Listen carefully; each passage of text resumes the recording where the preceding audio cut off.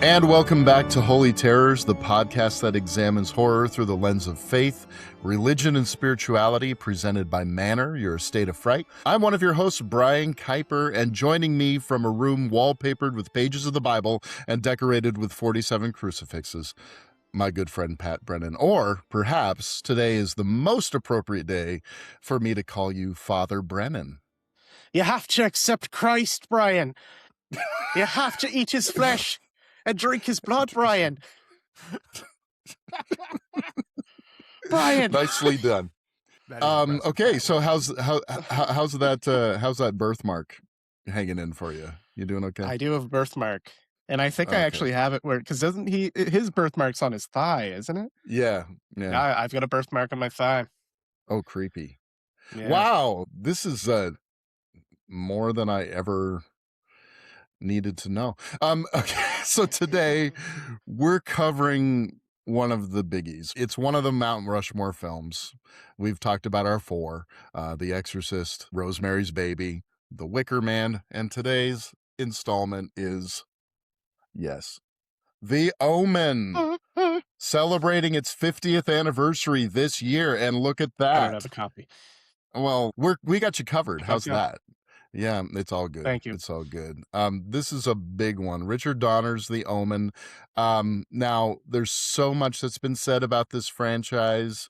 What could we possibly add? Well, we're going to try and come at it from a different angle. To help us out, we've invited a former Bible teacher, actor, podcaster, TV theme song expert, an all-around great guy, Mr. Stephen Foxworthy. Welcome. How you doing? Thank you. So I'm doing great, and an Ave Satanas to the both of you. I was telling you guys before we started recording, I've been angling for my guest spot since before you guys even started. So I know.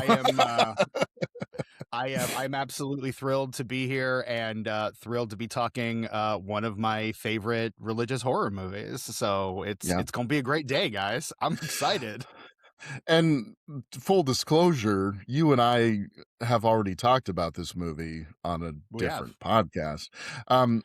One of the things that I've... its name, or... Yes, of course. We talked about it on the Pod and the Pendulum, and Stephen hosted the entire franchise of The Omen on the Pod and the Pendulum.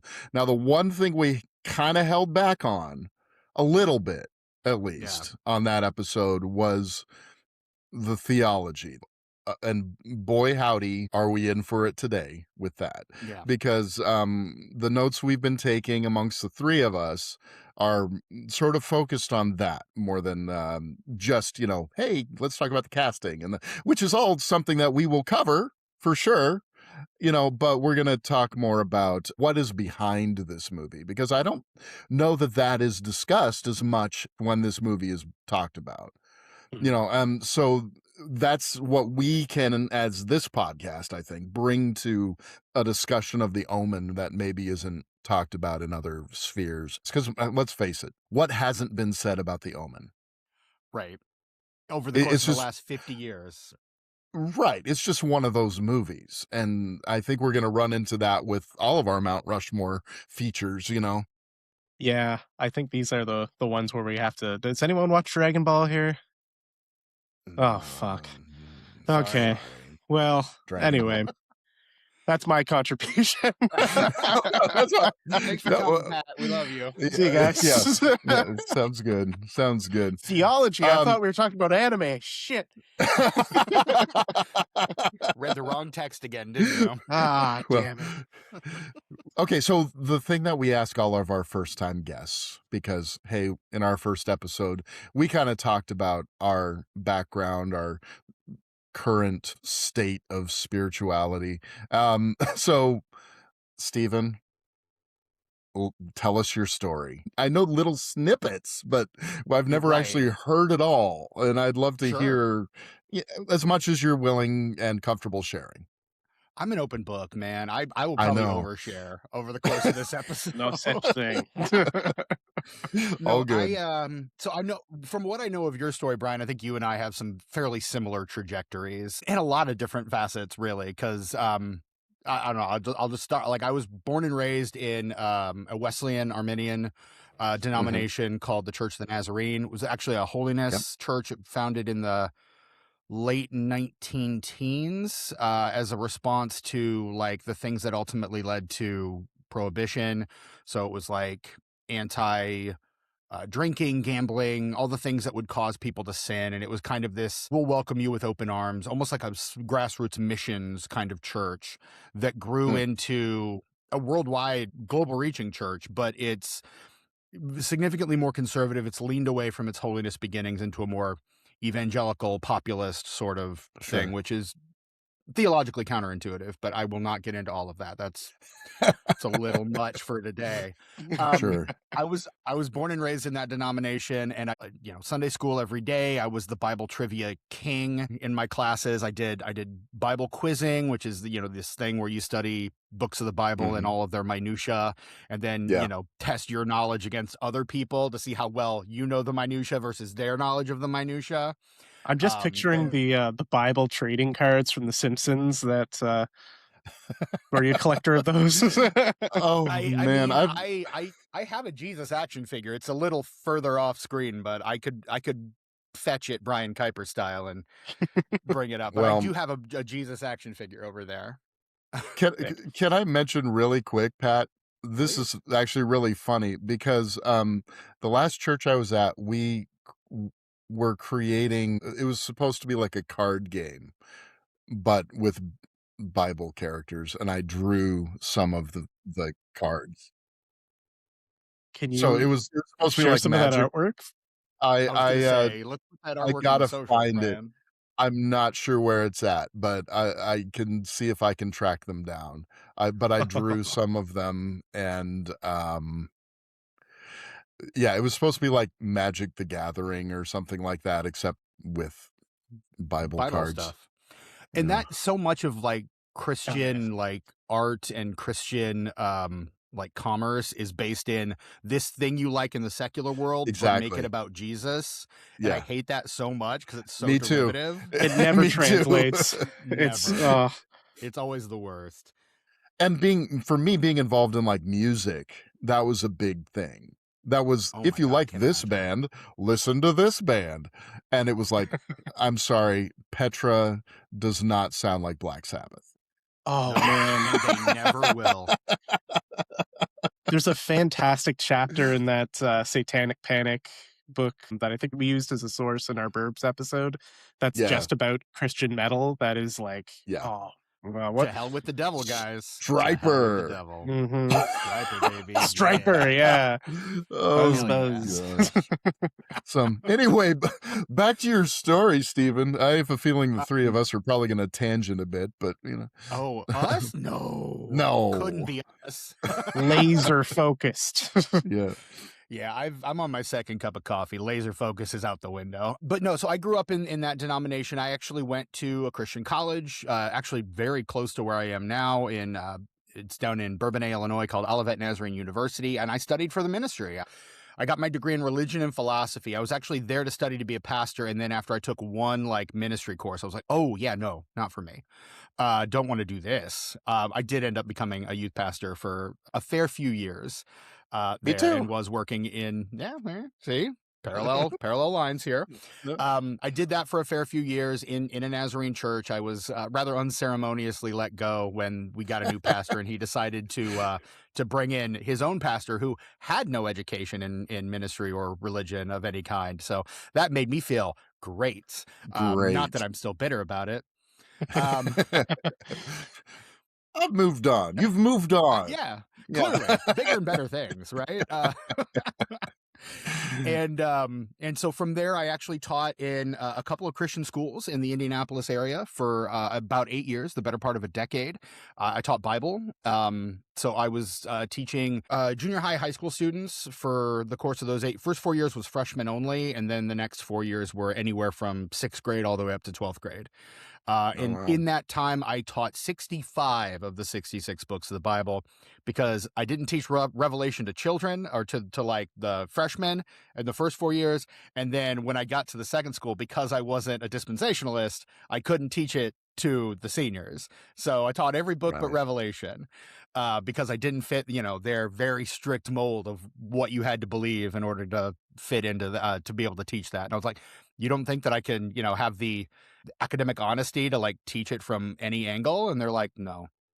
I was like, okay then. Wow. Interesting. Yeah. That second school that I taught at was, it was pretty wild. I've got some stories. I will not share them on mic.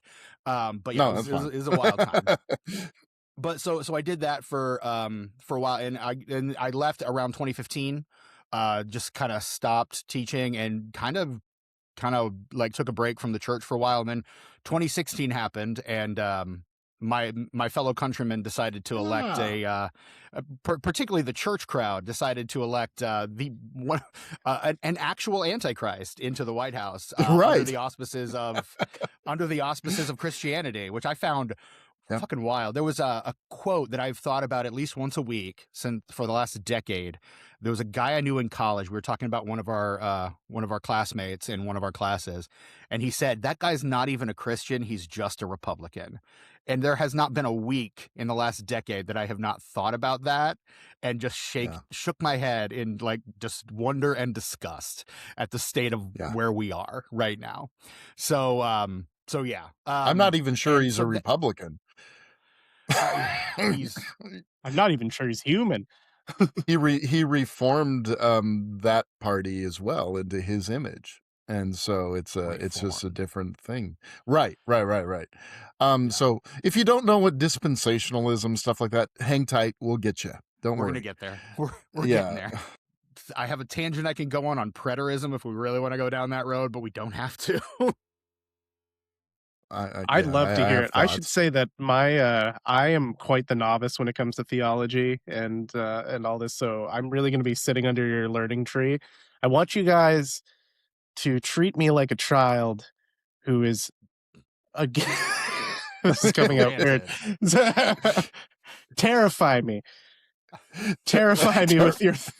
with your Book of Revelation.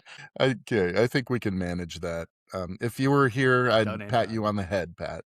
So just kidding. So that's 2016, and how things? What's since then? Kind of wandered off. Like I feel like you said this in an early episode, Brian, because I am a fan of the show. I do listen. Like at this point, you're kind of in a state of I don't know, and that's kind of where I've been for the last decade. Honestly, like I wouldn't call myself an unbeliever. Like I'm not an atheist, but I'm like slouching toward agnosticism, I guess.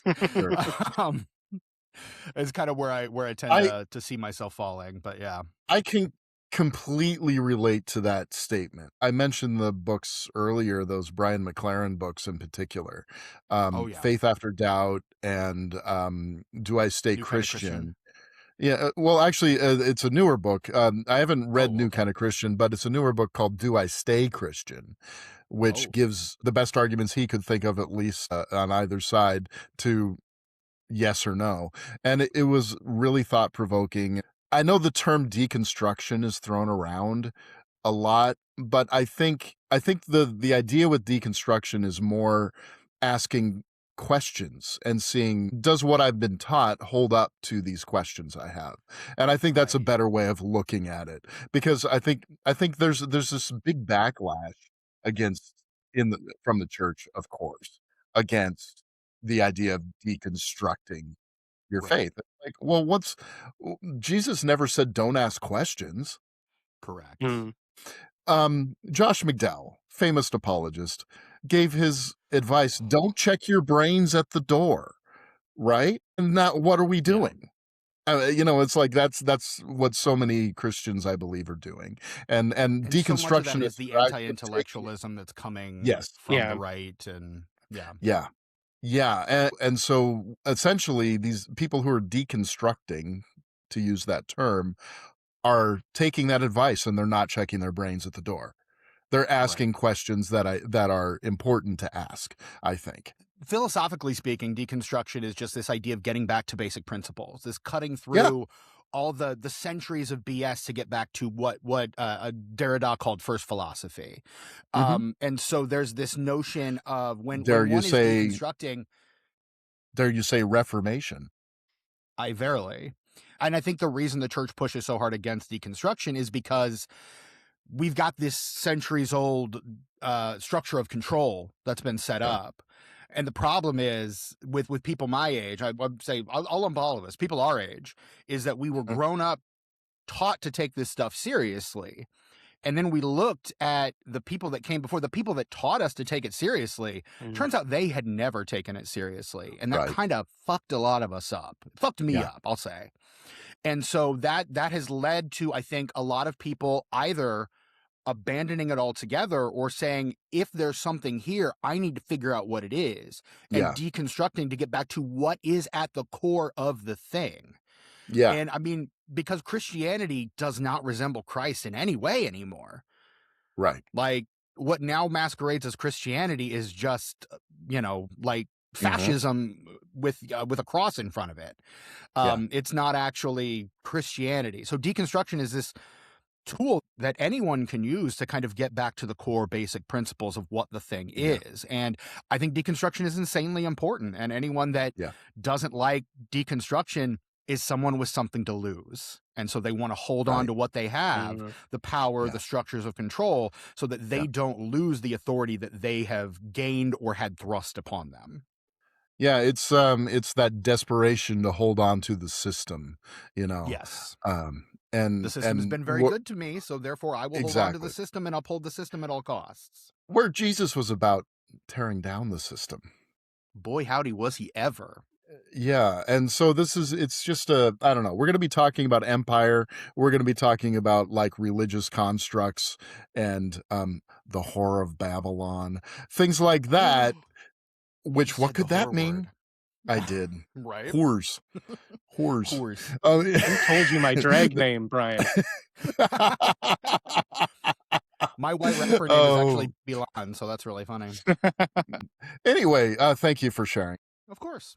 Before anything, let's just talk about the Omen. What's your experience with the Omen? Now, Pat, we want to start with you. What's your Omen story? Well, weirdly enough, my first experience with the Omen was the novelization by David Seltzer that you have. My copy's really shitty. I remember that cover though. Like, but my mom was a huge horror fan and loved reading, and I remember stumbling across some of the like novelizations that she had. She had like the Black Christmas one, and Nice. the Omen, and so I read that. I was probably about 8 years old, and age.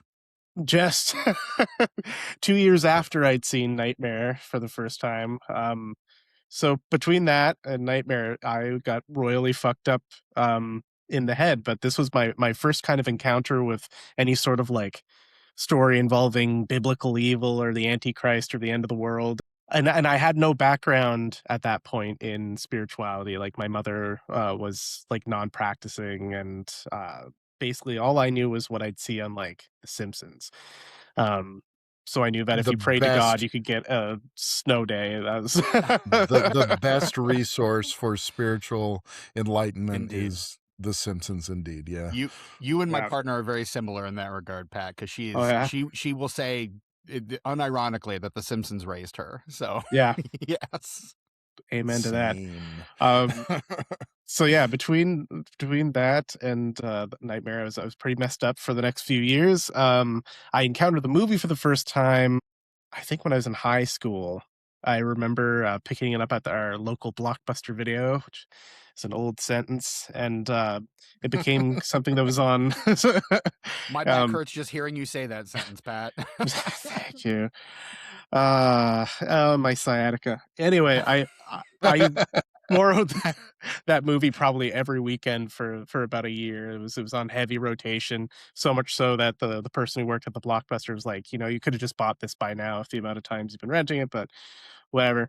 But he didn't give it to you, so exactly.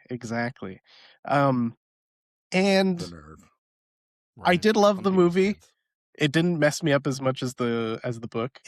I don't know. I became like really obsessed with satanic imagery for a while in high school, and these kind of satanic horror films. And then like my most recent viewing, getting ready for this podcast, I did not take into account how much it was going to change now that I have 2 children, and holy fuck, Yeah. I was feeling I have to confess I was viewing it more through that lens. I think in this viewing there was quite a lot I think happening in my brain from the point of view as a parent, and also just like a human being who worries about their inner evil. But Sure. And, you know, when we're talking about all this theology stuff, let's make sure that stuff doesn't get lost, because that's really important to talk about too. Okay. Because I mean, I know we've got this big list of of things about millennialism and dispensationalism and, you know, the book of Revelation, stuff like that. But I think those questions are, I mean, that's the humanity at the center of all of this, right? Exactly. You know, and that's so important to make sure that we talk about too. Stephen, how about you? What's your Omen story? Well, if you're coming from Pod and the Pendulum, then you already know that I came to horror very late in life. I came to horror in my mid to late 20s, probably early 30s actually. Like late 20s, early 30s is when I started to come to horror as a fan of horror, because it was, again, growing up very religious. My parents took the "do not give the devil a foothold" very literally, and my dad was never a big horror fan. Like his dad freaked him out with a Creature from the Black Lagoon mask when he was like 5. Like they were watching it on TV, and my grandpa put on a Creature from the Black Lagoon mask and like waited till like the scene where the gill man reaches up and grabs her and like jumps out and scares my dad. My dad's hated horror ever since. Man, Pop sounds rad. Well, that's awesome. It's amazing. Yeah. Right. So I love that he just had the mask on hand. Right. I mean, that honestly, I wish I wish my grandpa had still been around when I started to get into horror movies, so I could like talk to him more after I saw Creature from the Black Lagoon. So I could have talked to him about that. He passed away when I was in high school, or just out of high school. So I didn't get to have that conversation with him, sadly, but I had a feeling it would have been fun. But yeah, my dad just never came back to horror from that. Like, and of course, my parents are coming of age in the 70s. So, you know, stuff like this and The Exorcist and hearing all the stories. Like my mom was just a step back from the demons are coming out of the TV during Hocus Pocus 2 kind of person. She didn't quite go that far, but she was like just a step or two back from that. So like I never grew up with horror, and I was also an easily scared child. I saw Independence Day in theaters for my 13th birthday, just to give you an idea of how old I am. And I didn't sleep that night because the scene in Area 51 with Brent Spiner getting his neck snapped freaked me the fuck out. That is pretty gnarly. Yeah. So I couldn't sleep that night. I kept seeing the alien at the foot of my bed. So they're like, this is a special child and we must not frighten him, because we will not get sleep if he does not get sleep. And we like sleep. So I didn't come to horror until much later. A friend of mine showed me The Thing and Suspiria on the same night. And that was my activation point. I was like, fuck, I love this stuff. This is not a more to bad this genre intro than I've been giving it credit. Right? And The Thing is, to this day, my favorite horror movie. And I've probably told that story on Pod and Pendulum like 50 times. And so during 2020, when there was nothing for me to do but watch movies, I was like, well, let's get some of my education out of the way. And I just started dedicating myself to director filmographies and film franchises. And I started to get into a lot of those horror franchises. And The Omen was a franchise that I dug into during that time. And I was kind of middling on it initially, just because I was watching so much other stuff. And then I returned to it for the Pod and the Pendulum recently, and I was like, no, this movie rules. This movie is so friggin' good. I love it so much. I love the Gregory Peck of it all. Donner is just directing the hell out of it. Like this movie, and I watched it. Full disclosure, I did not get, just because of my schedule right now, I did not get a chance to rewatch it, but I've watched it twice already this year, so I figured I was probably okay. You're probably good. Yeah. And I watched the remake as well, which if you've watched the remake, you're pretty much just watching a worse version of the original. So I do have the Omen remake. I have not revisited the Omen remake. You're good. Yeah, that's kind of the feeling I got. My history with the Omen was I would check out a lot of books as a kid from the library, and this was one of them. So this is an album of modern horror films. And there are like pictures in here from lots of great stuff. Halloween, The Howling, Night of the Living Dead, Rosemary's Baby, all that kind of stuff. And there was this picture in the Omen, and it was from the baboon sequence in the car. And it's not even like a still from the movie. It was like they captured it during filming kind of one. It looks like Damien's about to rip Lee Remick's face off. I mean, he's got his hand on her cheek and it's just like looking like he's gonna pull. So it's not, I guess it's not the baboon, it's the from the church sequence when they're heading to the church in the car. Yeah, where he just lays into her. None of us had really seen a lot of horror movies, but a few of us had, and we're just like would talk in our little groups in elementary school. What's the scariest movie that's out there? What's the freakiest one? And then people like, The Exorcist has got to be it. It's got to be The Exorcist. And so no, The Omen, scarier than The Exorcist. It's not, but it's not even a little bit, but it was intriguing, the idea. And so eventually, I don't even remember when I first saw The Omen. I think I saw it before The Exorcist, because The Exorcist was like, that's a little extreme. My parents were like, hold off a little bit. I didn't know why until I saw the movie. And even when I saw the movie, I was like, I'm not sure what that blood in her crotch is. I'll admit, but that was probably the sequence they were thinking of. Let's face it. But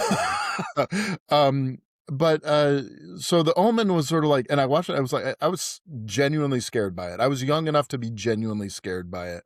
And it sort of entered into my rotation as one of those movies I would watch a lot. And I bought a VHS of it and all of that. And then I just didn't watch it for a really long time. Frankly, until talking about it on P&P a while back, and it didn't strike me as very good, which was weird. I was like, it's not as great as I remember it. I felt it felt kind of corny to me. When I watched it yesterday, because I did rewatch it yesterday for this, I was wrong. This is really solid. This is a solid 70s style thriller. That said, of the four that I just mentioned, of the Mount Rushmores, The Exorcist, The Omen, Rosemary's Baby, The Wicker Man, I think The Omen is probably my least favorite. But it's so happy I'm not alone. I thought that was going to be blasphemous. But it's also the most fun. Yeah. It's like the one that I could throw on and just have a good time with. I mean, things like those paranoid thrillers of the 70s, that's totally what this is, 100%. except it's the Antichrist instead of the Russians. I mean, that's kind of what it comes down to. And it's a really solid, fun movie. And, we'll talk about our actual, ratings for the movie, but it's fun. Hey, good movie, good times, I'm already looking at the time and I'm thinking, this is going to be two parts. We're going to talk about this episode is going to be what we call, oops, all theology. So, because I have so many notes on this and you do too. And Pat's got a couple. No, I don't actually. Mine for the back half. My notes are all the humanist side, we'll say. That's like I'll swing in for ep 2, guys. You guys have fun. Listen, I got my Bible over here. I can just if you want me to cross-reference anything, or maybe get my rosary out, do a couple of Hail Marys for you and stuff, I'll do that. Yeah. We'll need that. We could probably use it. we will need that to cleanse our souls afterwards, I'm sure. So even before, I mean, your very thorough notes here on eschatology, that's fantastic. I love it. Even before that, this all fits into a framework, a large framework called dispensationalism. Okay, now this is fairly new in the scheme of Christian history. It started more or less with a guy named John Nelson Darby, who had a kind of eureka moment and said, oh, we're all going to be raptured out of it before the end times come, and the Christians are going to be free of all of this tribulation, which doesn't make any sense. Yeah, which makes no, because why would a loving God make people suffer? I'm ignoring the book of Job. Yeah, I mean, he's frankly ignoring passages that are right in the book of Revelation, frankly, that talk about overcoming and enduring. Why would a Christian ignore the Bible, Brian? I don't know. If but anyway, this was I would clutch them. Heaven forbid. Clutch those pearls. Clutch them, I say. But it was really popularized with the fundamentalist movement of the early 20th century, Cyrus I. Scofield and the Scofield Study Bible. Okay, basic overview of dispensationalism. Super quick. Okay, I promise I'm not going to go too deep into this. Okay, so history is broken up into 7 epochs of time called dispensations. Now, I got this from a website called Grace Through Faith. I don't know anything about them. I'm not going to endorse them. I'm just saying. So the first dispensation is called innocence. It's between the creation and the fall of man in the garden. Okay, so creation happens. That's a short one. Yeah, the Bible makes it sound like it's like a day. Pretty much. Or 7 days. I'm sorry. Oh, please, Brian. Literal days, despite the fact that the sun, the timekeeper, was not created till day 4. Oops, sorry. It's almost like it's not meant to be taken literally. Are you saying there are inconsistencies in the Bible? How dare you, Brian? It's almost like the author of Genesis was using literary tools like poetry. Oh my God, Brian, I am going to flip my desk over. So, yes. Hebrew poetry is vital to understanding, I would say, a lot of these texts, for sure.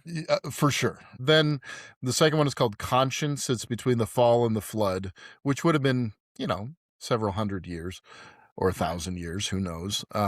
So the flood of Noah's Ark fame, if you are not entirely familiar with some of these stories I'm referring to. Third I've is seen Noah. I remember that one. Yeah, there you go. The Darren Aronofsky classic, Noah. Yeah, absolutely. Yeah. Rock monsters. Starring the Pope's exorcist. Yeah. Yep. I love that. Rock monsters. I forgot about the rock monsters in that. Whoa, my gosh. What a weird You mean movie. the Nephilim? The Nephilim. What a weird movie that is. I know. I kind of love it, though. Like, it's very flawed, but I kind of love it anyway. Yeah. Okay, so number 3 is human government, which is from the flood to Abraham. Abraham being given the promise of a people that would come from him, a chosen people. 4, promise from Abraham to Moses. So Moses, of course, the receiver of the law, right? By coincidence. The 5th one is law from Moses to Jesus. Okay. So tracks. probably this is tracking. Yeah. I'm right with you, Brian. This makes perfect sense to me. Okay. 6, grace. I don't know why this writer says from Pentecost to the rapture. So basically the 50 days were just not under grace. Oh yeah. Well, I mean, there's the Jesus as like the time of Jesus frees us from the law through his sacrifice, and then the anointing of the Holy Spirit in the 40 days, the 40 days that follow that is kind of the start of the church movement. That does make sense. Exactly. It is the beginning of the church. It is also called the church age, and he ends that at the rapture, which. That's a whole other can of worms. And number 7, the kingdom, the millennium, the 1,000-year reign of Christ that begins with the second coming. Or does it? And that's where we turn to Stephen to tell us about eschatology and millennialism. Because this stuff. Okay, so my first diving into eschatology was the Left Behind series, and I got like 5 books in and was like, this is bullshit. This is not how it works. There's just no way. And so I learned Wait, some how other... many books are there? There's like 12, 13, something like that. Jesus Christ. Exactly. Oh, well, he comes at the end.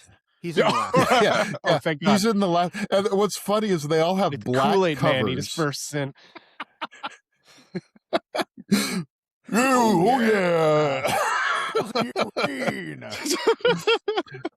My mom read them all. Okay. And so all of them have black covers until the last book, which is called Glorious Appearing. Glorious Appearing. And it's a white cover. You see what they did there? So I read some other stuff that introduced me to sort of like, hey, there are different views on this. Who knew? Yeah. And that's kind of how it felt at the time, though, because there wasn't a lot of other information. Everyone was just sort of openly and without question accepting this pre-tribulational rapture, premillennial sort of premillennial form. Yeah, and a literal Antichrist and all of that, and the Hal Lindsay effect, and the Jews return to Zion, and a comet breaks the sky.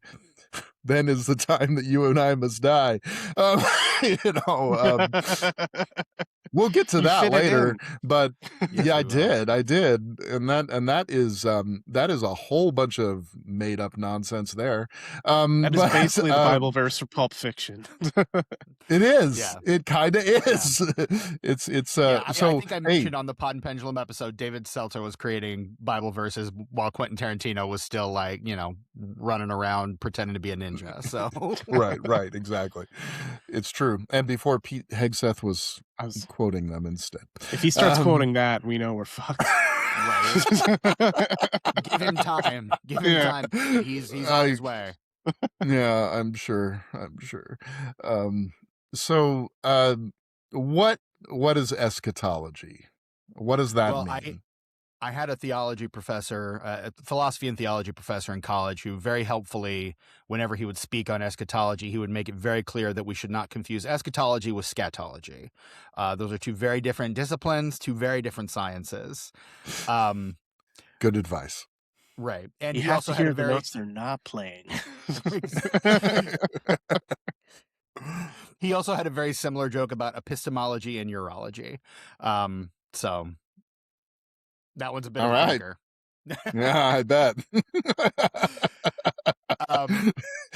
Epistemology. There it is. He got it. We got there, everybody. We did it. Talk about pee. That's crazy. Oh boy. Literally, eschatology comes from the Greek. It is the study of the last or the final, coming from the Greek word logos for word or study, and eschatos or eschaton meaning the end. It's kind of become shorthand in most theological circles as the study of the end times. I typically, and I think most scholars will agree, that a lot of eschatological teachings are born out of a really bad reading of the book of Revelation. And I think I mentioned this on the Pod and the Pendulum episode as well. There was a pastor of a church in my college town, and then he went on to become president of a Nazarene university in Tennessee called Trevecca, named Dan Boone. I think I said he was dead. He's actually not. He's still around. I don't know why I thought he died. Not yet. He's still here at the time of this recording. He's still here, and a really good dude. I really like that guy. But he wrote in a book. Most Christians can agree that there is a time and a place that all of these books are written to, in a very specific audience that this particular text was intended for, until we get to Revelation, and then all of a sudden it's a book that is relevant to us today, now, in the lives that we're living in 21st century America, and it has led to such a, and I was talking to my partner about this a little earlier. There's this thing that we do now in the church that we'll just graft meaning from Revelation onto things that happen in our world. Like, oh, well, exactly. This thing that's happening here this is what that's got to be referring to. And well, no, because this was written in 90 AD, and it's written about what was going on then. Yeah. Yeah, it's like Revelation is like newspaper eschatology. You have the paper in one hand, you've got the Bible in the other. It's like, hey, there we go. Yeah. Yeah, and this was insanely prevalent in the late 70s when this movie comes out. Oh, yeah. When Hal Lindsay's writing The Late Great Planet Earth. Like, I think Hal Lindsay is one of the reasons why this whole notion became so prevalent. You bought my God, you bought the my Blu-ray. God. This is my God, Brian. It was on sale. It's Okay, Kino. I mean, okay. Kino puts stuff on sale all the time, man. And it's an Orson Welles movie, which I appreciate. It is an Orson Welles movie. Orson Welles collecting Orson Welles' that money period. for Other Side of the Wind. This is him trying to make various his last movie commercials. Doing the fish stick and the pea commercials, doing the speaking of epistemology. Well, and the thing is, you commercials. His section in the movie, you can just feel it. I mean, he's a great actor, so he's pushing it aside. They want me to say what? Yeah, exactly. There's this part where he picks up a skull. There's a part right at the beginning he picks up a skull, and I'm like, he's got to say, alas, poor Yorick right now. Yeah. Please say it. Please say it, Orson. It feels like he's speaking extemporaneously about this skull belonged to a man who lived 2,000 years ago. Yeah. It's amazing. It's amazing. That man could read the phone book and make it interesting, but like, I'm just like, Orson, what are we doing here, buddy? Like, come on. Yeah. It's such a curious relic of the early 80s too, and some of it's in like really bad taste. They're talking about the wounded Antichrist, and then they cut to a shot of Bobby Kennedy on the ground after having just been shot, and it's like, come on. It's more like Faces of Death. The original Faces of Death feels more tasteful than that, right? Honestly. And Lindsay's trying to make some point about how we had these horrible, political assassinations, but hey, they didn't, fulfill all the prophecies. So, it wasn't them, Exactly. I mean, it's like, it's really, so anyway, how the Late Great Planet Earth, big popularizer of all of this. I don't think we can understate how much it is. All of that. Yeah. Yeah. And honestly, it's kind of the reason why our country is the way it is right now. Like, it sows the seeds for all of that. I didn't realize how much of an influence it was on Reagan. Like, when I read that, I was like, what the fuck? Someone actually took this seriously? It wasn't just some fucking rube? Yeah. That's crazy. No, it was a fucking rube. We just elected that. Yeah, you're right. Yeah. Well, and the thing is, you look at it, you look at Reagan though compared to what we have now, and it's like, man, I wish. Right. Reagan looks like fucking Oppenheimer compared to. We are going to get a little political in this episode, I think, because the movie brings it up. The movie brings up politics. This brand of theology is so intertwined with politics and just everything that's the state of the world. I mean, there's one section of the Late Great Planet Earth movie that was shocking in a good way, is that it talked about how in like environmentalism and stuff like that, how we're being punished for our pollution of the earth and stuff like that. And it talks about climate change as a real thing and everything. These are all things that would be rejected by modern evangelicals. Correct. Hey man, a broken clock's right twice a day. Yeah. Isn't that how it goes? So anyway, fundamentalism was more or less dying out by that time. After the Scopes monkey trial, it was just sort of like in decline and went underground. And then Hal Lindsay and Late Great Planet Earth kind of brought it all back. Exactly. And it led directly to Left Behind and that whole sort of repopularization. There is a little bit more of a rejection of it all happening now, though. I'm seeing a lot of voices that are like, hey, the rapture's not a thing, guys. There's no biblical evidence for it at all. No, there's not at all. at all. It's a completely man-made construct. Thank you, John Nelson Darby. You shit. Yeah, You're it welcome. really is. Whoa. Then, yeah. Whoa. Whoa, what was that? So Revelation is apocalyptic literature. That's where it actually fits. Right. That and the book of Daniel and parts of the book of Ezekiel are all considered apocalyptic literature. Exactly. And it comes from the Greek word apocalypsis, which means revelation, literally means revelation. So this is the apocalypse of John, is what the book of Revelation's title actually is. And it is just this revealed word from God to John. Again, modern Christians seem to think it is a revelation of how the world will end. What it really is a vision of encouragement to the church persecuted under Nero. It's this encouragement to a persecuted and beleaguered people who are losing their faith. And it's this encouragement that Christ will ultimately be victorious. That's the point. But because it's a church under persecution, you can't just write the things that you're thinking, like Nero is the enemy and all that. You have to code it under levels and layers of symbolism that those people in particular are going to understand. And so that, I think, is what has made the book so impenetrable to so many people and so misunderstood and misapplied in modern theology, is this whole notion that, well, it's got to be about something else, right? Like, it's in the Bible, so it's got to be relevant to us. Oh, it must be about the end of the world because it talks about Jesus returning, and which is, I mean, that's even in the book of Acts. At the ascension, these two men are like, oh yeah, don't worry, he's coming back the same way he went up in the air. Don't worry about it. Like, he's coming back, you guys.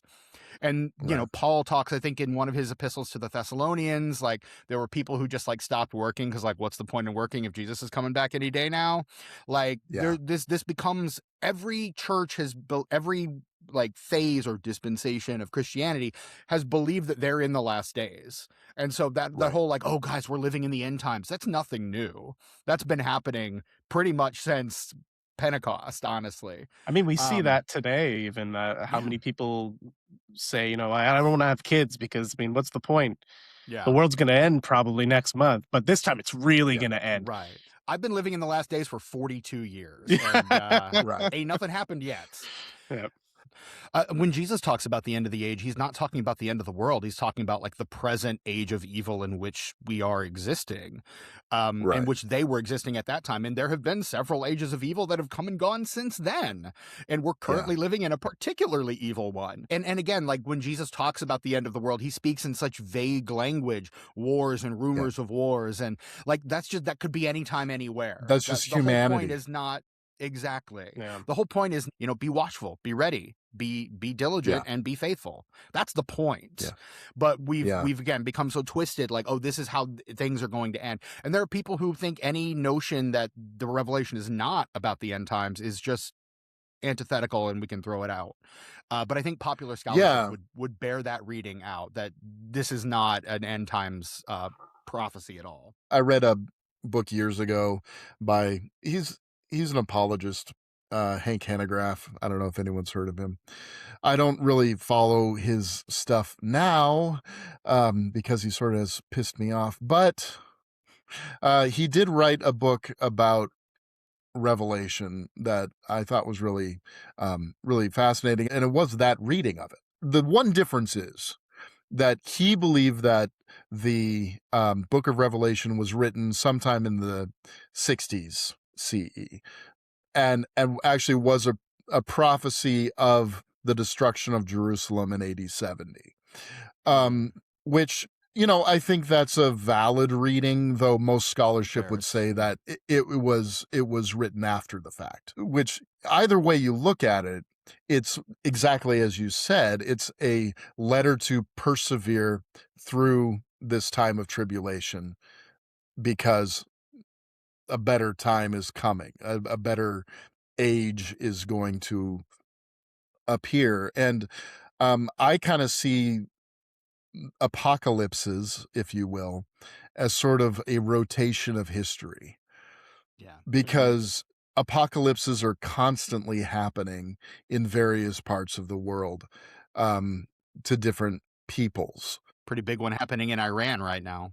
Exactly. I mean, I think that the 9/11 was sort of the culmination of an apocalypse of sorts. Um, Obviously, Hitler and World War II and the whole final solution, that's an apocalypse of a certain kind, complete with charismatic leader, Yeah. Stalin, Mao, the killing fields, Napoleon going farther back, Charlemagne, perhaps. These are all rotations of history, and each one has this archetypal type of leader involved Yeah.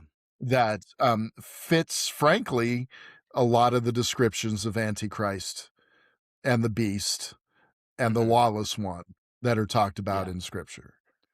There's So I mentioned on yeah, the Pod and the Pendulum episode the immanentize the eschaton, this notion of yes, this vision of a perfected end that someone will then try to enact on Earth, and it ends up yeah, causing these apocalyptic cycles that you're mentioning. Um, yeah, and yeah, I think that bears out for sure. It's so hard to think of Donald Trump as an antichrist, just in the sense that like he feels like the one antichrist figure that's like magooing his way towards the apocalypse, because it just I refuse to believe that he has any sense of strategy and isn't just a puppet of no, very smart evil individuals who are Pat, behind him. You know what I mean? can I just say how much I love that you've turned the word magoo into a verb? I think that is just It's how I live my amazing. life. And you know what? Keep it up. You're doing great. Thank you. Thank you. It's how I had my children. It's how I got my job. Yeah. The Magoo effect, the Pat Brennan story. Yeah, I mean, yeah, I completely agree with you. Like, he is not competent for any means, but I feel like that is the thing that makes him more dangerous. Yeah. Is the fact that he is so easily swayed to the whims of anyone capable of giving him the slightest bit of flattery. And I feel like that makes him perhaps one of the more dangerous Antichrist figures that we've encountered historically as a result. I have no problem calling Trump an Antichrist because everything he says and does is antithetical to the teachings of Christ. Yeah. Which, when you get right down to it, is essentially just what an Antichrist is. Yep. Man. That's exactly right. So, yeah. And I honestly, I thought he was an Antichrist in 2016. Yep. Yeah. From 2 Corinthians on, I was just like, this man is not of God. I kept thinking it was over for him. You know, Everyone did.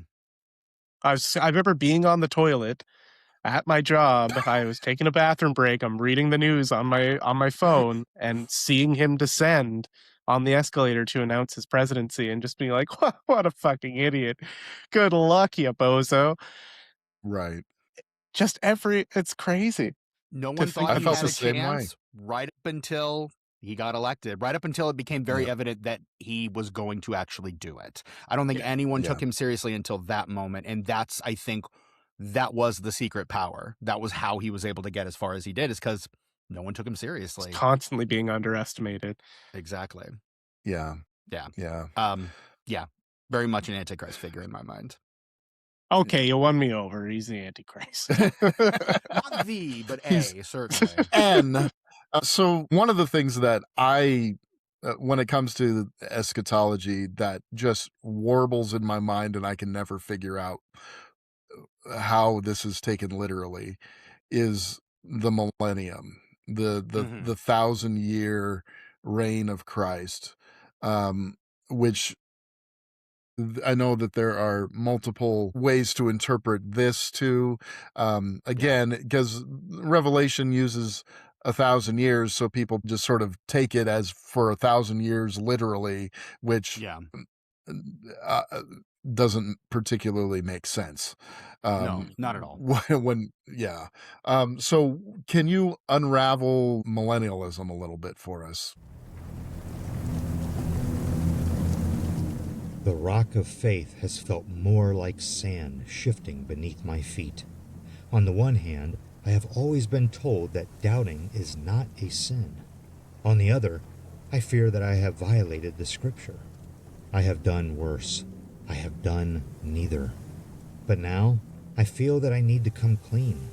The impetus for all of this is a work of art, a piece of film so profound that I am not reluctant to call it a masterpiece. Mike Flanagan's Midnight Mass.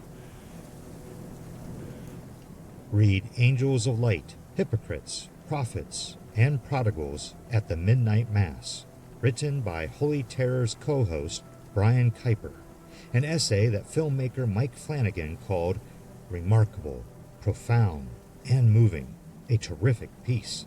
Available on Manor Vellum at manorvellum.com. That's MANORVELLUM.com. On Manor Vellum, you'll also discover Kuiper's ongoing series, Faces of Frankenstein, where he examines film adaptations of Mary Shelley's Frankenstein, both direct and indirect versions throughout history. While you're there, check out Holy Terror's co-host Pat Brennan's series, Voices from the Twilight Zone, covering Rod Serling's timeless creation in its multiple incarnations.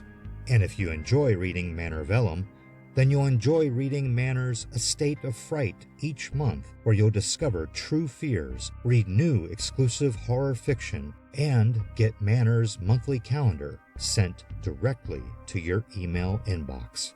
Subscription is free at manorhq.com/EOF. That's manorhq.com/EOF.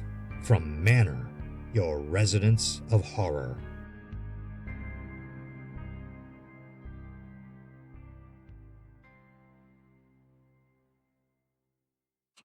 I'll do my 'Cause best. I can't. Yeah. The whole and it's tricky. Like, I have to remind myself, because eschatology is not my primary field of study when I was doing Sure. theology, but it was Yeah. kind of a fascination for me in my younger years, and I've kind of come off of it so hard that I had to go back and like remind myself what the different like millennium and tribulation like markers Sure. were. But Yeah. typically it's in relation to the rapture and the reign of Christ, that 1,000-year reign. So Revelation 20 verses 1 through 6 speaks of a 1,000-year reign during which Christ will preside over the earth and restore his kingdom. And there's three primary ways of looking at that. The first is premillennialism, which is the most prevalent in modern evangelical Christianity, the one popularized by the dispensationalists like John Nelson Darby and Hal Lindsay, which is this literal belief in a very literal 1,000-year reign of Jesus, literally. And the reason I just harp on that word literally is because I cannot stress enough how literally they take this. This is Right. the every word of the Bible must be taken literally crowd. And so there is Christ will return and there will be a literal reign of Christ. So we are living pre-millennium. The millennium will be ushered in by Christ's second coming, by the return of Christ. And so that's kind of these different views of Revelation are specifically with regard to Christ's return. So Christ will return before the millennium, pre-millennium. That's the way to remember it. Post-millennium is this belief in a 1,000-year redemptive work of Christ. And this different schools apply that literally or not. But this kind of 1,000-year, again, literal or not, redemptive work of the church through preaching, evangelism, ministry, outreach, and that will culminate in the return of Christ. That's rejected by modern Christians, again, as a way of attempting to immanentize the eschaton. But postmillennialism was very popular in like 18th and 19th century, like reform and abolitionist movements in America. So like, again, like if we do enough good now, we can bring about the perfected end of Christ's return. So Christ returns at the end of the millennium, post-millennium. And then there's amillennialism, which is where I tend to fall. Full disclosure, which is the belief that the 1,000-year reign is symbolic and metaphorical. The 1,000 years is not real, which is what the prefix means in this case. So pre is before, post is after. Means no. No millennium. There is no literal millennium. It is just the age of the church. A lot of amillennials do still believe in a literal return of Christ, a literal second coming. But the notion is that we are ourselves doing the work of Christ in that 1,000-year reign. The work of the church is itself the millennium. As basically as I can distill those notions, and again, there's a lot of nuance here that I'm completely blowing past, but just for the purposes of this discussion, we don't have time to get that deep into it. Yeah. Well, amillennialism strikes me as what Jesus taught. I mean, when he's saying the kingdom of God is at hand, he's saying, hey, it's you. We're here. Yeah. And we are here to be to do the good in the world. You know, that a notion that's perpetuated by like Leo Tolstoy in his book The Kingdom of God is Within You. You know, a lot of that notion kind of perpetuated there. Like, we are the kingdom. The kingdom is not a literal physical thing. It is us now working. Yeah. And, you know, I think that, you know, the idea, because Jesus used terminology like you are living stones, you're the living stones of the temple, you know, the church is you. I think that lines up with kind of how I feel about it all. And is there going to be a literal second coming of Christ? I'm less convinced. I don't know. Same. Yeah. I tend to fall on the doubt side of things on that one for sure. Yeah. Nah, he's coming. Any minute now. Well, I mean, having said the apostles, this recording, having said the Apostles' Creed every Sunday for, you know, 40 years or plus of my life, right? You know, it's hard for me to say otherwise, frankly, even a little bit, because, you know, this is like he will come again. I mean, Christ has come. Christ. Yeah, and all of that. Now the rapture is not really talked about in this movie, so I'm don't want to take too much time on the rapture. There's a little bit of tribulation discussed in the third movie, I guess. Though the Omen series, as it goes on, kind of it goes farther and farther astray. Up a lot of this, pretty far which afield, is, honestly. you know. And Seltzer sets that up in the first movie, making 100%. Stuff up. But there's not there's the belief of a 7-year tribulation. Now, the pre-trib rapture is the one where the church gets taken out and doesn't have to deal with any of it. Yay! So there's like a secret coming of Christ where he takes all the believers who meet him in the air. And honestly, the way the church is looking these days is going to be very secret because there aren't a lot of true believers around. No one will notice. Yeah, no one will notice anyone's gone. It's like, what if the church is so far gone that like when the rapture does come, we just don't even know? There's just like a handful of missing persons cases around the world. Well, honestly, pre-trib rapture, I never really subscribed to it, so it didn't really scare me. But I know that there are a lot of evangelical kids who were like, they would come home and their parents or something were gone, or had taken their siblings out like to a doctor's appointment or something, but they didn't know about it.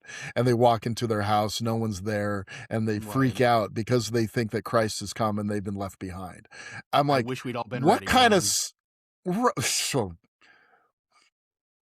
my man, pulling the Larry Norman card right there. Hell yeah. I mean, you haven't seen Thief in the Night, have you? I haven't. Is that the theme song?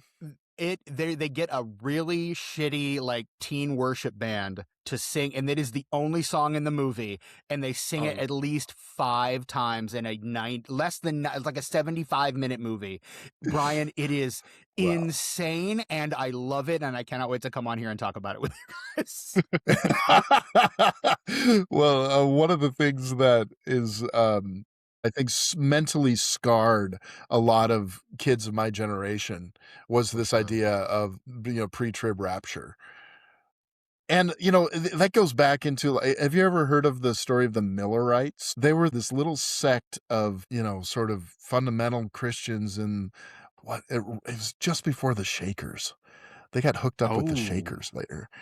Yeah, they actually talk about it in the movie, The Testament of Ann Lee. They come up, but this sect following this guy Miller, who calculated the return of Christ, and it's going to happen on this day in like 17 34 or something. I don't know, whatever it was. Something. I can't even remember what it was.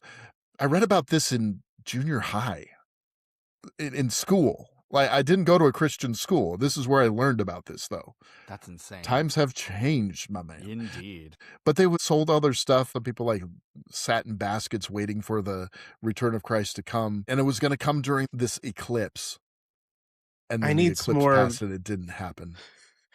I need an explanation about the baskets. Were the baskets going to float up, and they wanted a receptacle to be in? Right. I guess. Cool. Or they feared that if they looked, that has ever happened since. Yeah, or if they feared that if they looked upon the face of Christ when he returned, they would die, or so. I don't know. It was so. So there's the pre-trib, there's the mid-trib, which is the 3.5 years, because for some reason there's this discussion of 3.5 years, 3.5 years. It's like a time, 2 times, and a time and a half, or half something a time. Yeah, that adds up to 7 years or something.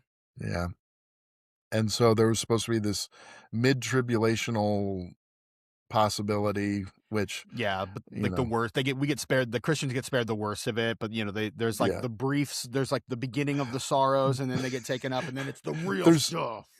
The tribulation and the great tribulation. Right. The proto trib and then the great trib. The good trib and the great trib. Yeah. Anyway, not the less okay trib and then the great trib. The really honestly kind of mediocre trib. Better in theory than in execution.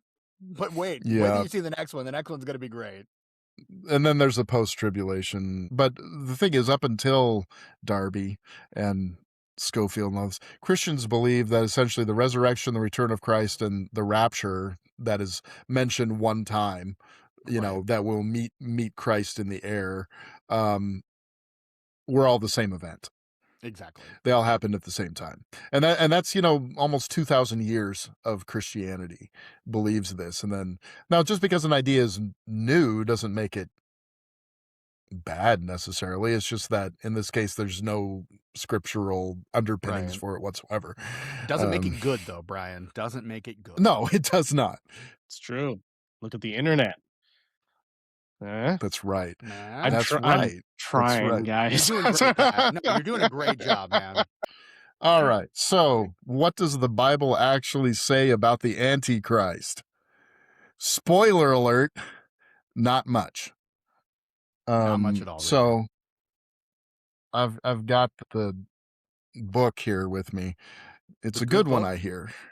I hear it's a good one. It's fine. It's fine.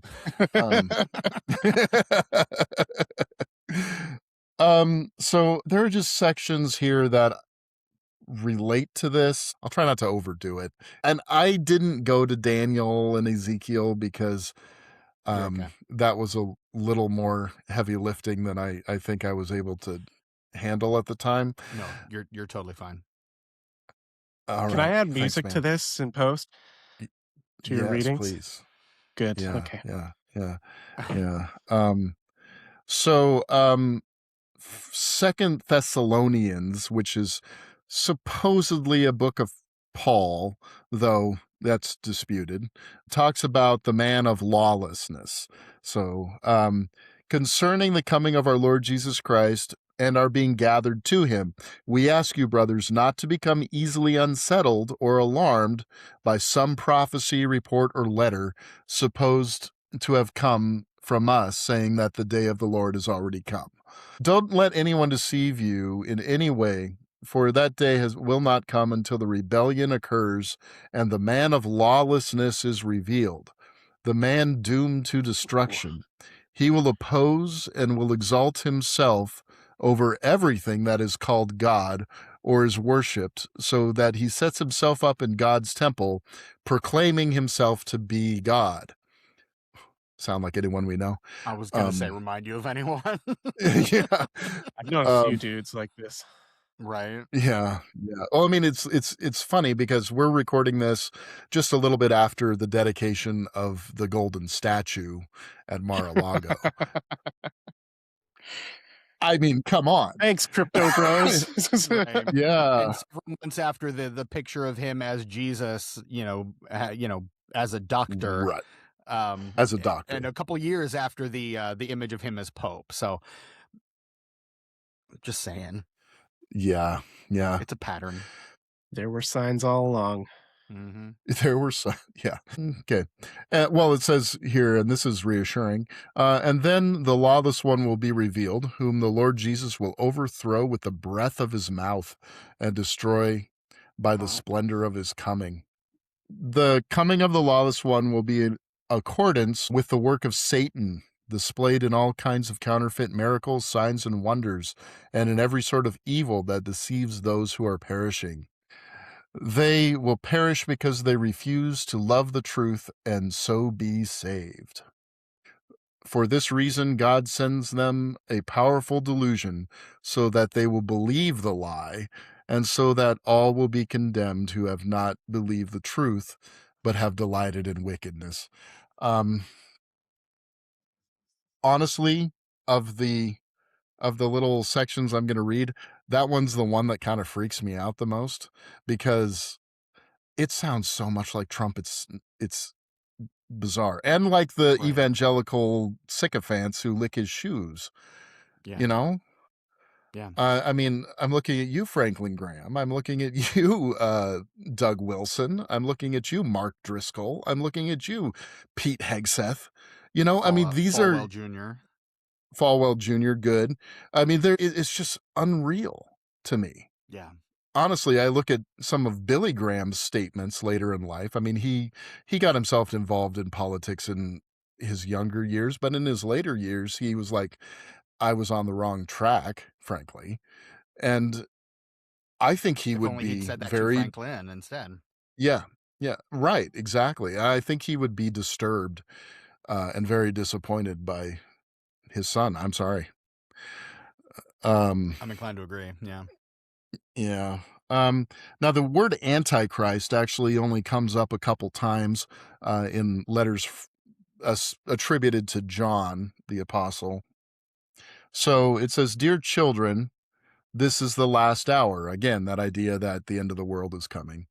"And as you have heard that the Antichrist is coming, and even now many Antichrists have come. This is how you will know it is the last hour. They went out from us, but they did not really belong to us. Or if they had belonged to us, they would have remained with us, but their going showed that none of them belonged to us." Now, essentially, the way I'm seeing that is this isn't even talking about individuals. It's talking about a lot of people. It's talking about people who proclaimed Christ and then don't. Exactly. Or literally written Antichrist. Exactly. And then verse 22 brings it up again. "Who is the liar? It is the man who denies that Jesus is the Christ. Such a man is the Antichrist. He denies the Father and the Son." So, like, literally anti-Christ, as you said.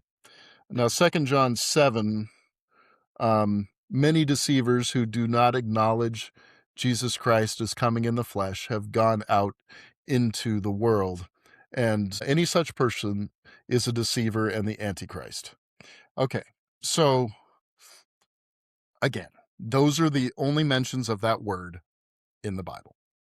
Yes. Now I'm reading out of a New International Version, so but I'm so disappointed, Brian. I know.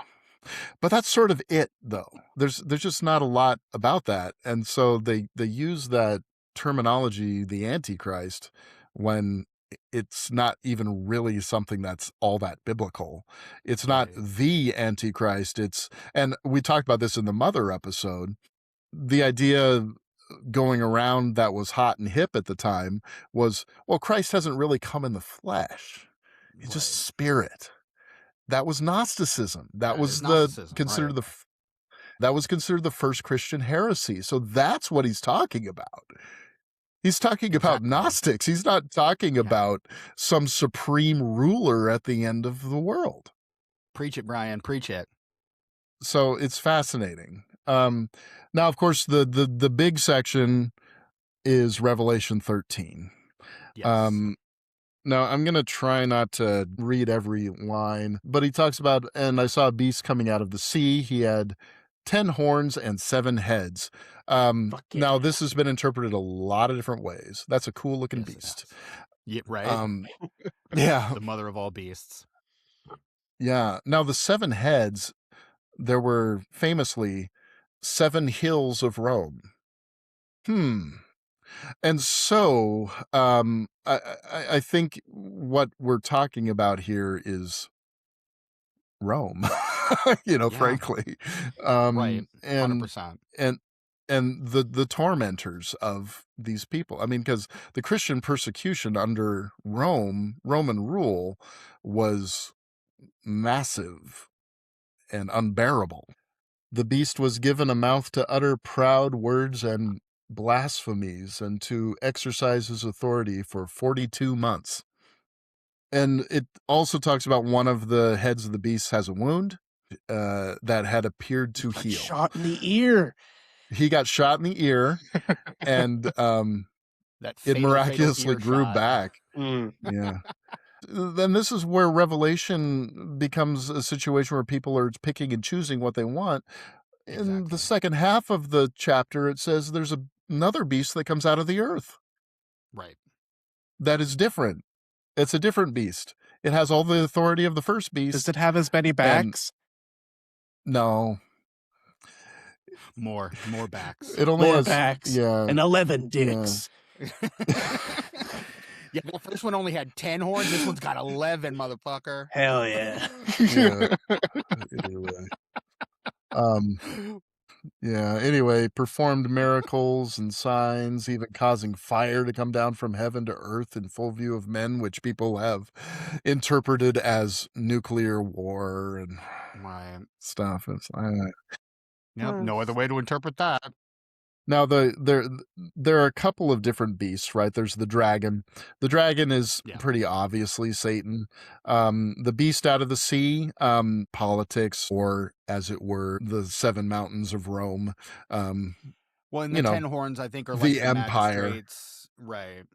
Rulers, yeah. And then the beasts out of the earth. Now, one of the interpretations from this particular study Bible, it says, religious power in service of secular authority, which makes a lot of sense. Wow, that doesn't sound familiar at all. It doesn't. And then it sort of leads right into this idea of the mark of the beast. Okay, so which is obviously a big thing in this, that 600 or 666. It's not even 666 in the movie. It's just 3 6s, which is sort of like the bad interpretation of it. Yeah. Right. So let me actually read these verses. I'm going to read 16 through 18 of chapter 13.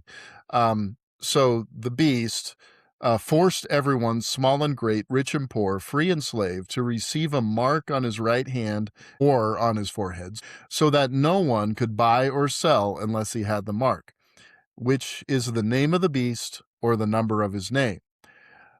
This calls for wisdom. If anyone has insight, let him calculate the number of the beast, for it is the number of a man, and his number is 666. That is, of course, the quote at the end of the film. Right.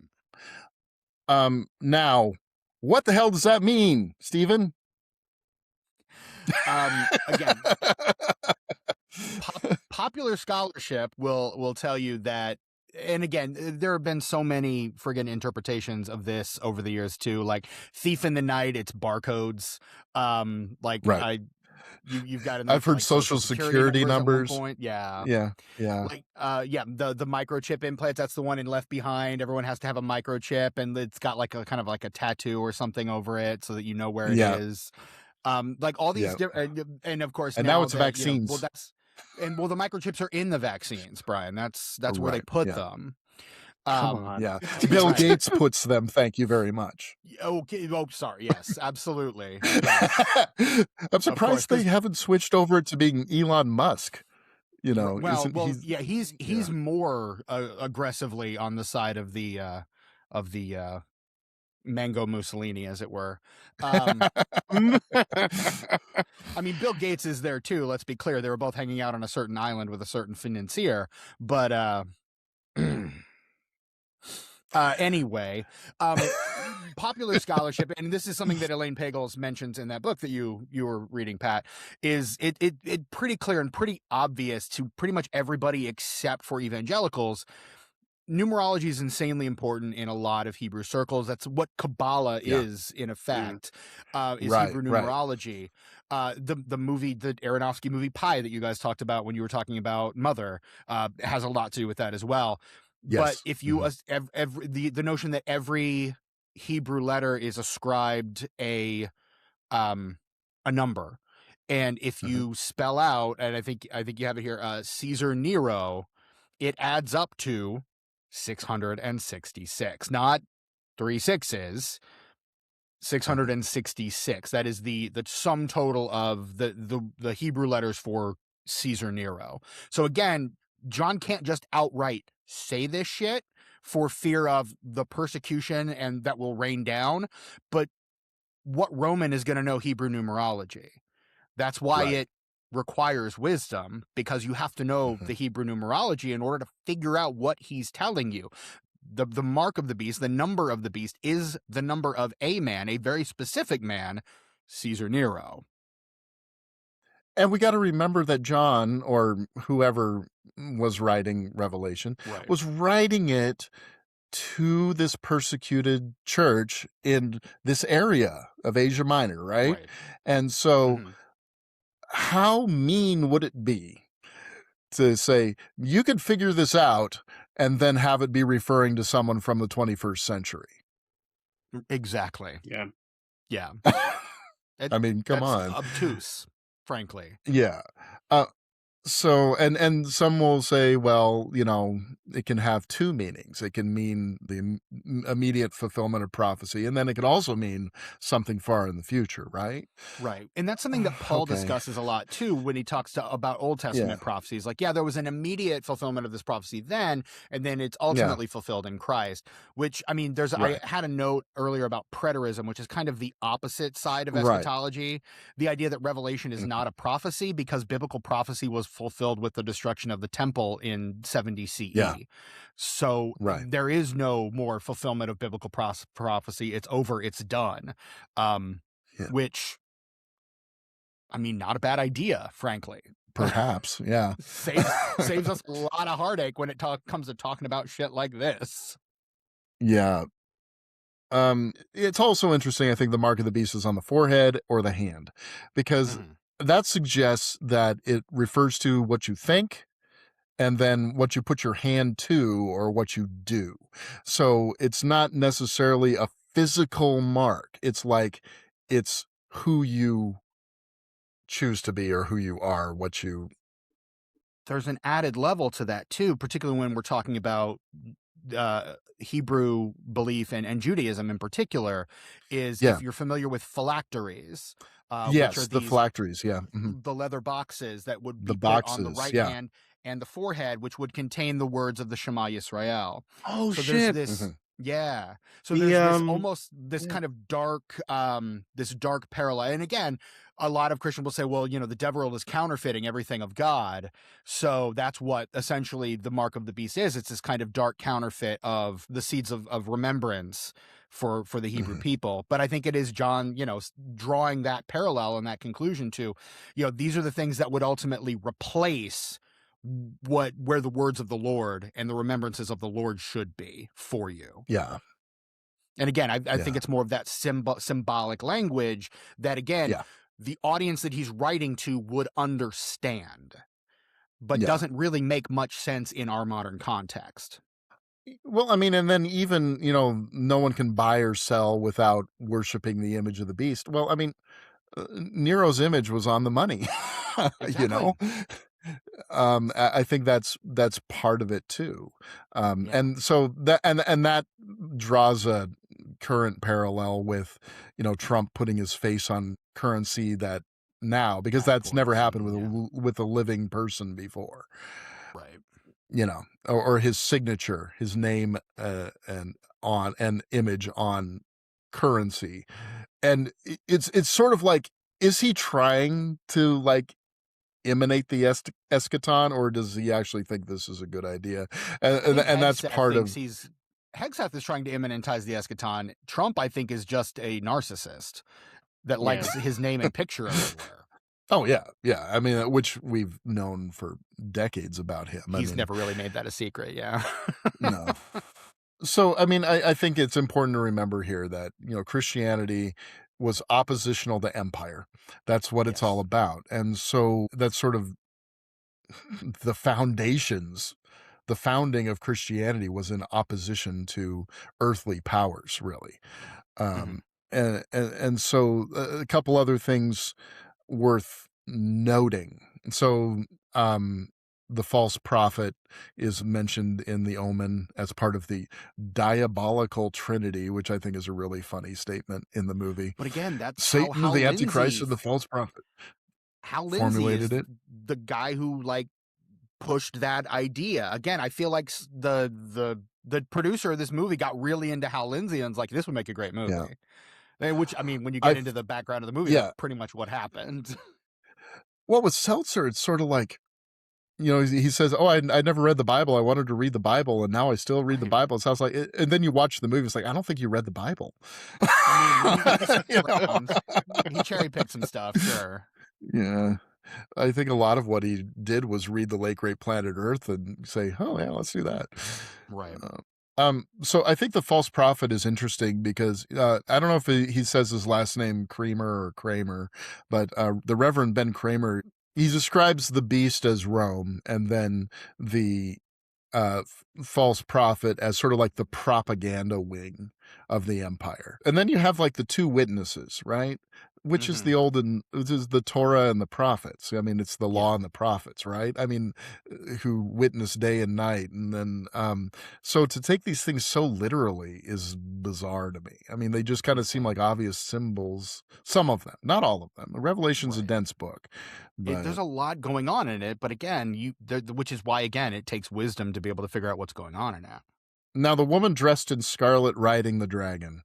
I've been thinking a lot about this, the whore. So bringing back Ride Pat's, dragon, baby. Stage name. For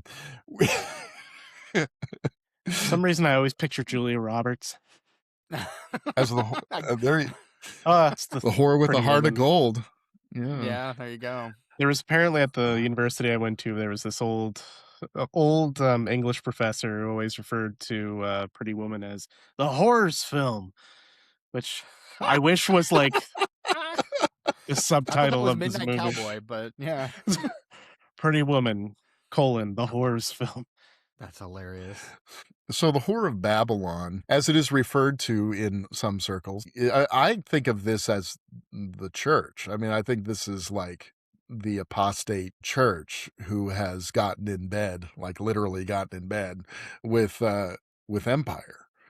That makes sense. And it really sort of solidified for me when I saw the way that evangelicals just flocked to Trump, and I still see people, even people that I knew, who were like, oh, lovely people that I knew in church years and stuff like that, who are like, oh, he's the greatest ever, and everything he does is perfect, and he shits gold. I mean, I swear, it's just ridiculous. He shits on gold, but can I ask, is that did that flocking to him come out of I can't believe that they actually thought he was a man of faith. Did it come out of more of a desire for power?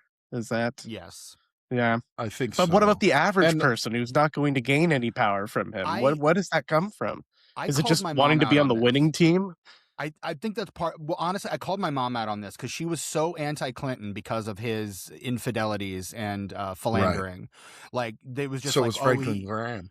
Right. No man of God can possibly do these things. And I called her out on it in public in 2015, 2016. Like, we were at a coffee shop owned by a former pastor of mine. And we're sitting there, and I'm getting heated. And I'm like, how can you sit there and tell me that Bill Clinton was wrong, but endorse and support a man like Donald Trump? And her words to me were, it's the lesser evil, because all I care about is getting Roe v. Wade overturned, and he's the man that's going to do that. Okay, ironically, so it's an agenda it's exactly it's this totally kind agenda. of it's the fulfillment of the promises of Ronald Reagan, frankly, like, because my dad was a Reagan Republican, and he's still he actually threatened me with physical violence if I brought up politics at Thanksgiving. And my father, he's like, I'll punch you in the face. I'm like, man, you better take me down. One of us is on oxygen, and it's not me. So but I was just like, you threatened me with physical violence when you're the one that brought it up, and I was just responding, emotionally, granted, but I was responding, like, because they called me like the day after the election, and they were like, "What's wrong?" And I was like, Are you seriously asking me that question right now? I'm like, yeah, what's wrong? What's going on? And I was like, well, and they're like, well, you better not talk about this at Thanksgiving. I'm like, you brought it up. You asked me a question, you insisted I answer it, and I did.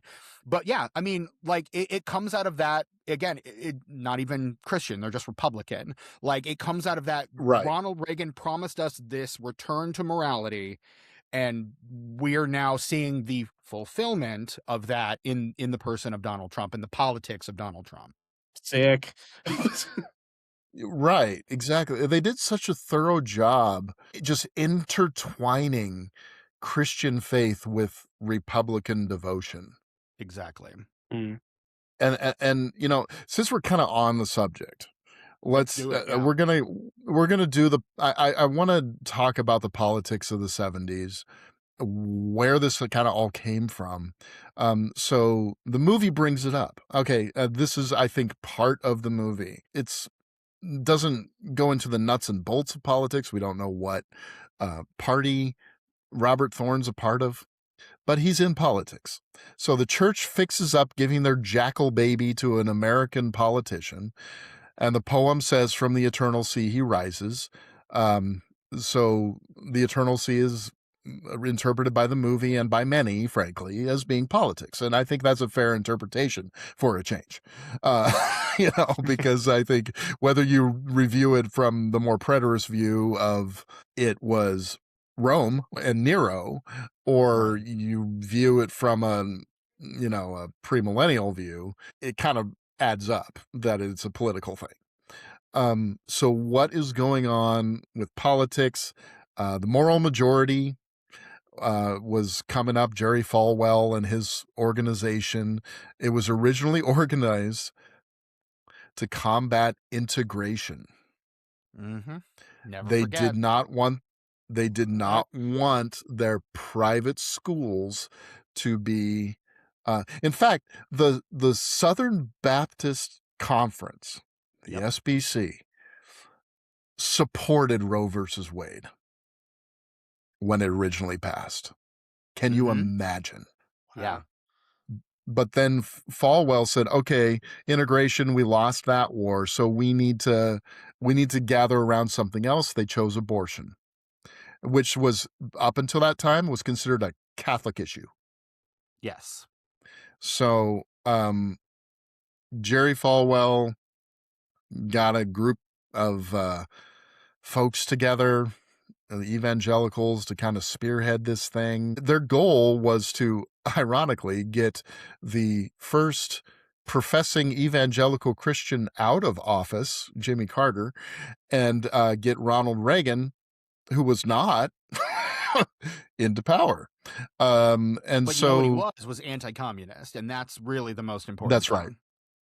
And that's, and that's absolutely 100% the case. And so it officially disbanded in 1989 after 8 years of Reagan and the election of George H.W. Bush. And part of the reason was they felt, hey, we won.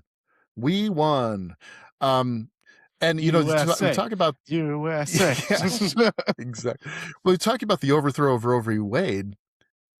Abortion has gone up significantly since the overthrow of Roe v. Wade. So, I mean, they feel like, hey, we won, and then really not at all. Man. If that is the hill you were wanting to die on, you lost that one. It's as though the strictures of the tighter these things get, the more people will rebel against those things. And so by attempting to seize control tighter, you're gonna end up losing it as a result, because your grip is so iron. That's why fascism tends to not work. As a general rule. Exactly. The more you tighten your grip, Tarkin, the more star systems will slip through your finger. That's right. There we go. We just had a Star Wars George moment, Lucas. Brian. I love that for us. Yeah, I love that. But Star Wars isn't political. No, anyway, not at all. God. So what does this all have to do with this brand of theology? That's, I think, where the question comes in. It's like, well, it's this complete intertwining of politics and especially American Christianity. Okay. Yes. So there's this American evangelical belief that the end times, the end of the world, the eschaton, will be very America-centric, because this is where all the power lies, right? So the president, the Antichrist, is obviously going to be a president, right? I mean, that seems to be what the thought is. Right. Or, some were like, oh, it's going to be the head of the United Nations or something like that. I was going to say that, well, that's where Tim LaHaye goes with it, is this notion that it's, the head of the UN is the Antichrist, because it's a global power. It can't be American. The Antichrist can't come from America. It has to come from some other part of the world, right? Right. Probably France. Which is... Well, he gets like he picks a Romanian, I think, in the book. So it's like Dracula becomes the ruler of the world. I'm not joking. Nikolai Carpathia. He's named after the You're shitting me. No. I am not. I wish I was. I think that's where it lost me. I'm here to push my globalist agenda on you. Well, I mean, the thing is, it's actually weirdly kind of feeding into that fear of the foreigner that Dracula in 1931 was tapping into. Yes. Absolutely no self-awareness. Oh, it's so bizarre. It is so ham-fisted, like you could make that fist into a sandwich. Like, it's ridiculous. It's like, have you no self-awareness? Read a little bit about Tim LaHaye, and no. No, not at all. Not at all. So, and also this really links into foreign policy. I mean, during the Cold War, it was, we got to beat those godless Russians, and then it really has affected policy towards Israel.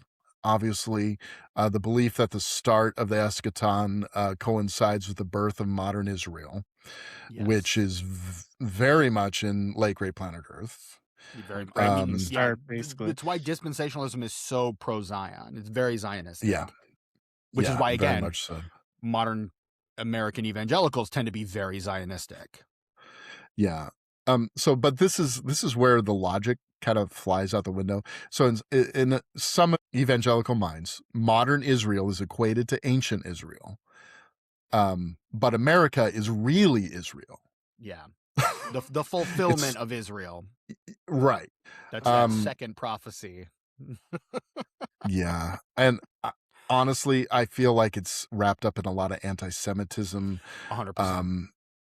Because in this particular brand of dispensationalism, and this hasn't always been true, but the sort of modern version of it is like, there's going to be another Holocaust in which all the Jews in Israel essentially are murdered and killed in battle or through fire or some kind of, it's really horrific. I just want to say the whole America is actually the promised land, or the promised Israel. Land. Didn't Joseph Smith say that Yep. The Garden of Eden was actually in like Illinois or Jackson something. County, Missouri. New York, Yeah. Yeah. All right. That's a line from the Book of Mormon is why I know that one. I believe that the Garden of Eden was in Jackson County, Missouri. I mean, it's nice. Yeah. Sure. I've never been there. I don't Nor know. have I. Well, that's where Michelle lives in that area, I think. Oh. That's right. Yeah. So she can tell us probably if it's tell the us. Garden of Eden. Yeah. Yeah. I'd Get her on the pretty sure horn. She has thoughts. Yeah. Text her right now, Brian. I want to see at the end of this episode. Do you live in the Garden of Eden? Anyway. Or adjacent there too. We have an Olive Garden. Olive Garden of Eden. So now I just have that song in my head. Mm-hmm. In the Garden of Eden, baby. I just want breadsticks. By Ron Butterfly. This sounds like rock and roll. And there's our Simpsons reference for this episode. You're welcome. Okay. Dude, I've made like 4 already. I was gonna say this has been an epic one. Of Simpsons references in this episode. This is the only way I'm holding on to this conversation. Pat, you're still doing great now. Well, yeah, and we're almost there. We're almost there on the theology front. Just eat the damn we've only orange. gone for 2 hours.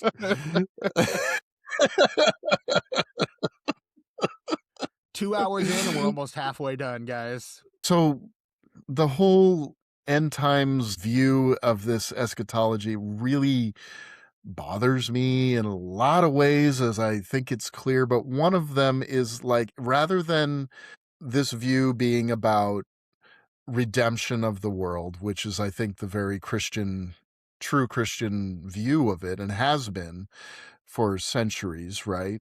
The return of Christ is not about the destruction of the world or the removal of humans from the world, but it's about the setting of things right and a redemption of the world and of this world. I remember hearing so many people say, "Oh, don't worry about it. It's all going to burn." You know, they would kind of say it as a joke or whatever, but I think Christians are supposed to be the hands and feet of Christ now and to do little works of redemption as we can. And part of that is taking care of the earth. You know, being concerned about things like you, Brian. I know. I mean, it's like thinking about also like I remember like Tony Campolo talking about how he got chastised for saying that we should save the whales and saying that, you know, global warming is a real thing and we should be concerned about the environment and take care of it. Because there's this sense... whales movement came. There we go. Got to nuke something. I just say, love this idea of like the well, fuck it, it's all gonna burn. I feel like in some ways that's kind of what this trend with kind of the we'll say the generation on its way out the door. You know, this idea that in generations previous it was like, you know, you have your family and then you make sure that you're leaving them something that will help, you know, the next generation coming up. And now it's like when people could use the most help from their, you know, from their parents or from the previous generations, it's kind of like more like, nah, fuck you. I'm gonna, I'm going on a cruise. I'll see you later. Peace. My parents have basically said as much. Like, I'm spending your inheritance. That's the consistent joke in my family. A part of me almost understands the fatalism of that a little bit, in the sense that like, I don't know if I'll keep this part in the episode, but my parents left the church like a few like years ago and have since kind of like, I've seen them become like weird and isolated, which I don't know. It's interesting. It's the complete opposite of what I would have thought would have happened to them, because you see so many people who embrace faith and then become weird and isolated. But I don't know. I mean, and I think so much of it is a response to their parents who were like depression, at least for my parents, like their parents were like World War II Depression era parents. So it's like, Sure. the response to scrimping and saving everything. And then, seeing those parents, when my mother's parents died, like my grandfather just had literal jars of money just stashed around his house for no reason. And it's just this kind of like, well, you can't take it with you. But but there's also this kind of inherent selfishness of, I've got mine, so and I had to work to get mine, so you figure it out on your own. Is kind of that prevalent notion, and that's kind of what has led us to, again, another part of the coming out of the 80s, that glut of excess from the 80s, and being like, well, I was able to afford college and a car on a fast food salary. Why can't you? And not understanding that the way that they've crippled and handicapped the economy as a result of the way that they've attempted to keep, again, it's structures of control, and we're keeping those grips on those structures that have worked so well for us, to the detriment of everyone coming after us. I think that's so true, and it's a shame that we're kind of in that place where that's the attitude of, I don't need to consider what comes next because the end is nigh anyway. It seems to be sort of the view, whether you're coming at that from a Christian point of view or evangelical point of view, I guess I should say, that, or fundamentalist. How specific should I be? I don't know. As specific as you want to be, Brian. Yeah, well, I think that there's the return of Christ, or the end of the world, the end of it all, is imminent anyway. Or from a purely materialistic side, that we're fucked up the earth beyond repair, and it's all gonna just be misery from here on out anyway. So let's just get ours while we can until we die. I think that both extremes are not helpful. No. Because I really do think we have an opportunity to, whether you believe in the Christian idea of redemption or not, I think people inherently believe in some kind of redemption. Like, things can be made better if we put our resources and our focus and our effort into it. You know what I mean? So I guess that would be my hope for what we can do for what comes next, I guess. Right. Yeah. I would like to think that the generations coming after this current generation, clinging to power by their cold dead fists, will enact some kind of redemption and learn the lessons from what doesn't work from the generations before, and do the hard work of rebirth and reconstruction, and attempt to put that back together in a way that is beneficial for all, not just some. Think about it. How crazy is it that of our last however many presidents, they've all been boomers, except for Obama, which was just barely on the line of Generation X, right? Right. But everyone else, Clinton, Bush Jr., Joe Biden, and Donald Trump have all been of this one generation, and we're just and the Congress and everyone of that age still just clinging to that power, because power's a hell of a drug, I think, and that's why we end up with the evangelical church so wrapped up with it, with empire, as it were, still. And you have a lot of younger pastors and just believers and unbelievers and alike just hitting against that, saying this is not the teachings of Christ. Christ was anti-empire. Yes. And clearly anti-empire, as was, whatever you think of Paul, he was anti-empire. Very much, yes. So he used his Roman citizenship, but he was still in opposition to what that empire stood for. Well, that was a lot of theology, and I think we are going to break this episode into two parts. So we're going to finish part one here, and we'll come back and we'll talk about more of the humanity, that heart that we were discussing with Pat, and also the actual movie itself. Yeah. We'll actually talk about the movie itself. So thank you so much for listening. I will have a quippy one-liner for the end of the final episode on the Omen, but we hope you will join us next time for our continuation of our discussion on the Omen. Bye. Okay. And that concludes Cheers. another episode of Holy Terrors. Thank you so much for listening to our humble little podcast. If you'd like to support the show, please drop us a 5-star review on Spotify or Apple Podcasts.